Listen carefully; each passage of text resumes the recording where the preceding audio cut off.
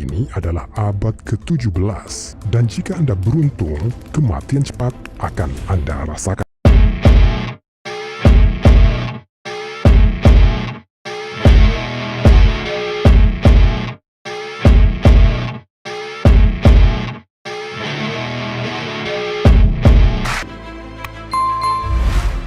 Penyiksaan muncul seiring dengan peradaban kita. Di setiap era, orang telah menemukan cara baru untuk melakukan kekerasan dan memperbaiki perkembangan di masa lalu. Dalam video ini, Anda akan mengetahui penyiksaan apa yang paling tidak biasa dalam sejarah. Bayangkan sebuah sarkofagus besi ditutupi dengan paku tajam di bagian dalam. Seseorang terkunci di dalam posisi berdiri, dan dia perlahan-lahan berdarah sampai mati. Itulah Iron Maiden, karya klasik Inkuisisi abad pertengahan. Jadi begini, Anda dituduh sesat dan diminta untuk menandatangani pengakuan. Tentu saja Anda menolak. Kemudian Algojo membuka pintu Iron Maiden dan menyuruh Anda masuk. Apa yang terjadi dengan seseorang di dalam sarkofagus? Ini bukan masalah besar pada awalnya. Paku dapat merusak kulit sedikit, itu saja. Tetapi setelah menghabiskan setengah jam di posisi yang sama, Anda mulai tidak tahan, dan hidung Anda kemungkinan besar akan mulai gatal. Setelah 20 jam di Iron Maiden tanpa makanan atau air, Anda akan mulai kehilangan kesadaran karena kelelahan dan kehilangan darah. Tapi begitu Anda pingsan, Anda akan merasa sangat sakit. Ditusuk puluhan paku, ini akan membuat Anda sadar, tetapi tidak lama Anda akan pingsan dan bangun dari rasa sakit lagi dan lagi. Apakah Anda sudah siap untuk mengaku? Tujuan Anda adalah tetap sadar selama mungkin.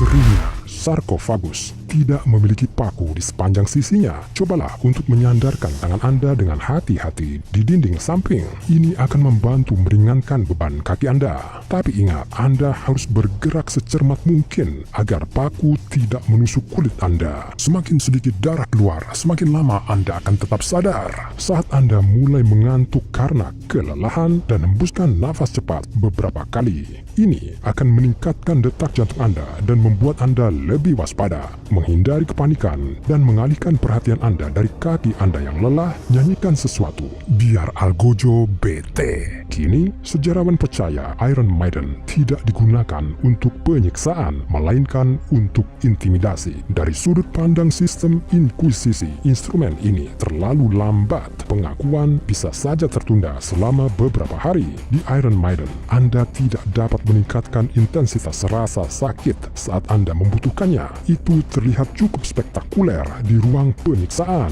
Hukuman penyiksaan tidak ditemukan pada abad pertengahan. Penyiksaan pada waktu itu terinspirasi oleh Tiongkok kuno. Seperti apa penyiksaan sebelum Inkuisisi? Saatnya memberitahu Anda tentang siksaan paling mematikan dalam sejarah. Untuk tujuan ini, mari kita kembali ke Tiongkok kuno. Tapi kali ini bukan ke ruang bawah tanah siksaan, tapi ke rumpun bambu. Kita perlu tali untuk menggantung seseorang sejajar dengan tanah dan pisau untuk mengasah rebung.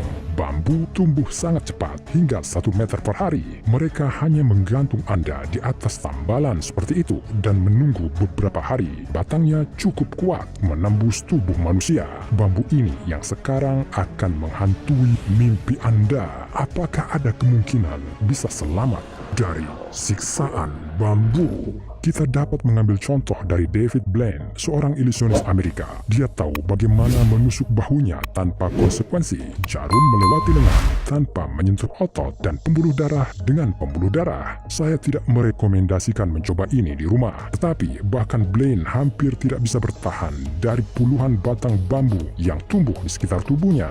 Hanya yogi India yang bisa melakukannya. Jika Anda menggerakkan dan memutar tubuh Anda sedikit sehingga bambu dapat melewati Anda pada titik-titik yang diperlukan dan pada sudut yang tepat, bambu itu akan tumbuh tanpa mengenai organ vital Anda.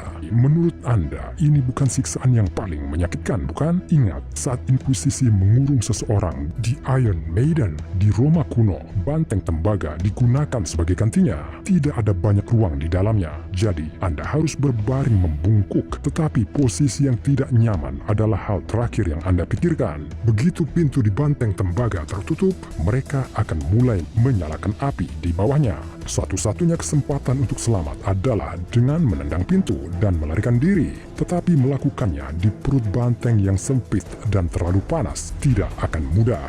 Butuh bertahun-tahun pelatihan untuk mendorongnya. Dengan tangan Anda akan lebih efektif untuk terus membanting pintu dengan kaki Anda. Anda mungkin bukan orang pertama yang dipanggang di banteng itu dan kuncinya telah rusak sebelum Anda. Beberapa tendangan dan Anda bebas. Tidak ada kasus eksekusi yang terdokumentasi dengan menanam bambu atau penyiksaan banteng tembaga yang ditemukan oleh para ilmuwan. Ini mungkin hanya legenda yang digunakan untuk mengintimidasi orang. Tetapi siksaan berikutnya yang akan saya ceritakan kepada Anda dijelaskan secara ekstensif dalam dokumen. Bagi orang yang dihukum eksekusi oleh gajah, ini karena terlambat membayar pajak. Gajah eksekusi dilatih untuk tidak langsung membunuh seseorang, tetapi pertama-tama menghancurkan dan mengkoyak lengan dan kaki mereka. Di India, eksekusi semacam itu diatur sebagai pertunjukan akbar. Apakah menurut Anda ada cara untuk melepaskan diri dari kaki raksasa hewan seberat 4 ton itu? Penyiksaan lain yang tidak biasa yang sangat disukai oleh para pengembara adalah shiri. Dengan ini, para tahanan dijadikan budak yang patuh. Pertama, rambut Anda dicukur sampai benar-benar botak. Kemudian, kulit unta yang masih segar diambil dan dikenakan seperti topi. Sejauh ini, kedengarannya menjijikan, tapi masih bisa ditoleransi.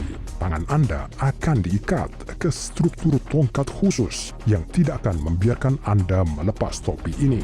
Anda akan ditinggalkan selama sekitar 5 hari di tengah gurun. Kulit unta saat terkena sinar matahari akan mulai mengecil dan mengencangkan tengkorak. Setelah beberapa saat, rambut di kepala akan mulai tumbuh kembali, tetapi tidak akan bisa melewati shiri dan akan tumbuh di dalam. Suhu siang hari di gurun bisa naik hingga 47 derajat Celcius. Itu hampir 117 derajat Fahrenheit. Hal pertama yang harus dilakukan mencoba berteduh di bayangan. Setelah Anda bersembunyi dari matahari, Anda harus menyingkirkan topi itu. Satu-satunya hak Anda di sini, fleksibilitas. Anda perlu menarik kepala ke arah lutut dan mencoba melepaskan kulit unta. Ini sebaiknya dilakukan sampai mulai mengering dan menyusut. Ada kemungkinan selamat dari siksaan shiri. Namun, para pengembara masih akan menjadikan Anda dan yang selamat sebagai budak mereka. Bagaimanapun, penyiksaan tidak selalu mampu membiarkan seseorang tertahan hidup.